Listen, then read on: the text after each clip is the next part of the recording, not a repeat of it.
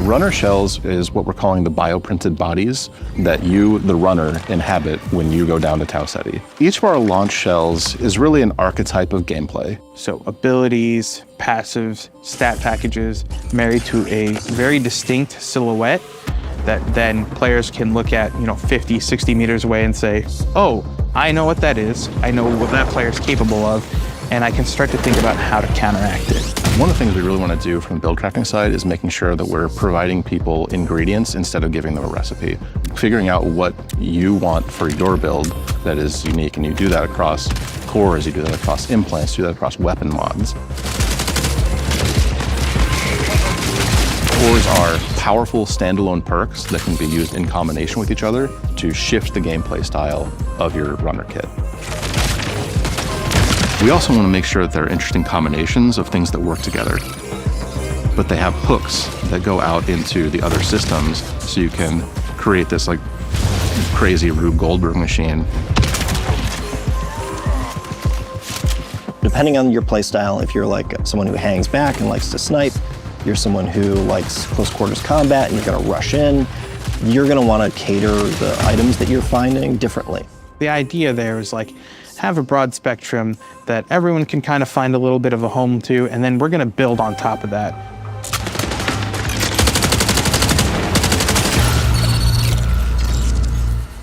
Destroyer is aggressive, brutal, wears a modified futuristic version of the Mjolnir armor from the original trilogy. The shell is designed to get into the fight as fast as possible and stay there. It comes equipped with thrusters on its legs that let it sprint faster, or you can use them for a quick lateral evade. A riot barricade so that they can generate presence and they can generate almost like aggro for their team. Its prime ability is Search and Destroy, which activates shoulder-mounted missile pods that fire heat-seeking missiles. They have a way to lock down targets over sustained fire, which immobilizes them and allows your team to follow up.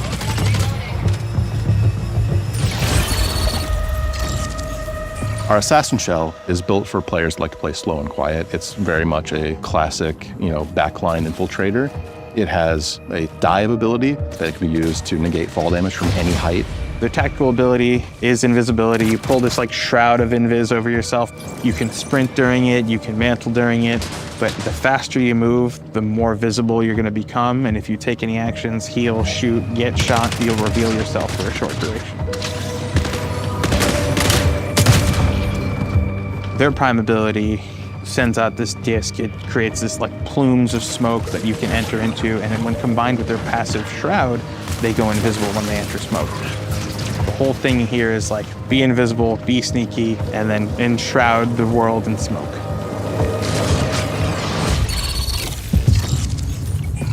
Originally, Recon was called internally Fun Police. That really is the core kind of fantasy. It's about hunting people down, it's about playing detective. If you want to find all of the assassin shells on the map, Recon is the shell you want to use. It comes with a tracker drone that you can toss out a little spider friend that crawls along the ground and will track towards enemies and explode.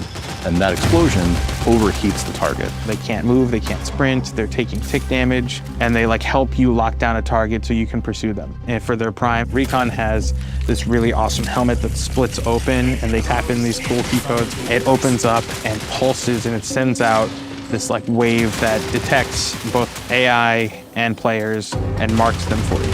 And when you break the shield of somebody as a Recon shell, they leave holographic footprints behind. So even if they run away, you can follow that trail and they'll lead right to them.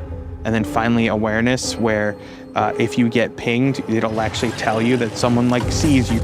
You won't know where, but you'll be able to be on high alert that somebody saw you and has marked you.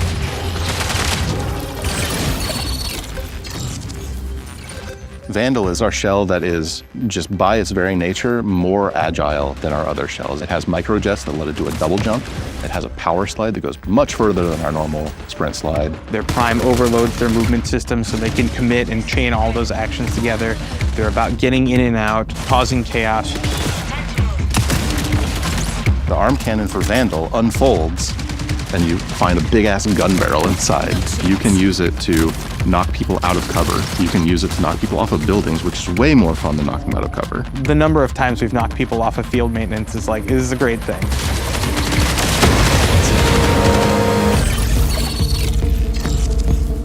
Marathon is a game that is all about finding the best stuff on the map, so we felt like we needed to have a shell that was sort of built for the loot goblin fantasy. That is Thief to a T. Thief's trade ability is X-ray visor, where you flip down your visor, you can see containers through walls, you can see enemies that are within line of sight. Their prime is a pickpocket drone, where they deploy this like elegant origami mechanicalized butterfly. It has like a mechanical whip that it can send out and that knocks loot out of both players and AI, and then it can suck that loot back up with the same whip. Or you can use it for recon. You can fly around, you can ping, those pings are shared to your squad. The Thief shell also has a built-in grappling device that is embedded right in the forearm. You shoot out a dart. Mid-flight, it unfolds into this propeller that pulls you along and you can swing away to safety. The recharge rate for their grapple and their base handling and stats will go up as you fill the backpack. So the idea is to become a loot goblin, right? Steal as much as you can and get out.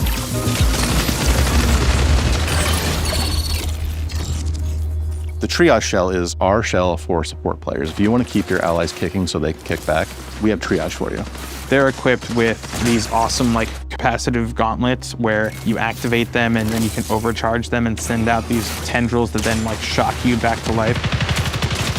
Their tactical ability, they actually have these giant drones attached to the legs and they pull them out, and it's a little buddy, he's got a little face, and you give him a high five and send him on his way, and he'll come and hover over your shoulder and provide you with shields and health. Triage is really a combat medic, so we knew we needed to give it an ability that was useful for firefights.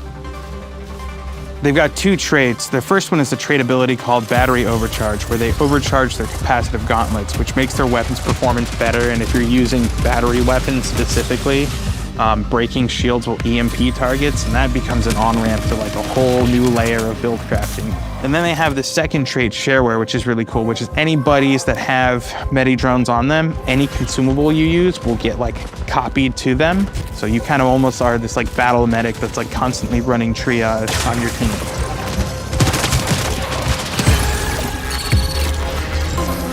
Sometimes you just want to take a breather after a bunch of runs and just kind of go on a run to just see what happens. And Rook is really fun for that. Picking Rook automatically opts you into queuing in solo.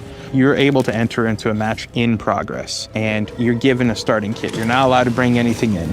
That's almost to your advantage because you risk nothing and anything you take out is yours to keep. Instead of focusing on like progression and questing and things of that sort, it's a mode where we make it easy for you to just kind of drop into a match that's in progress and run about and try to scavenge as much as possible and get out with it so that you can populate your vault a little bit more for future runs.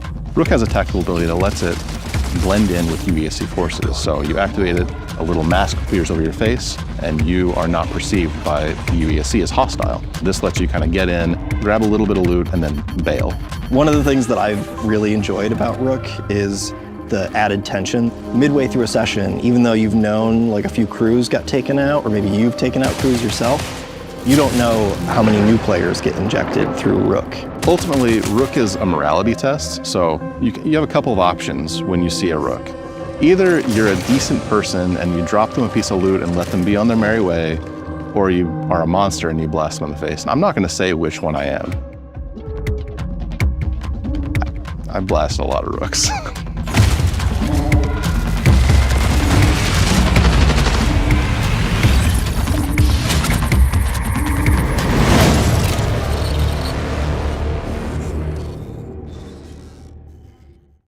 PlayStation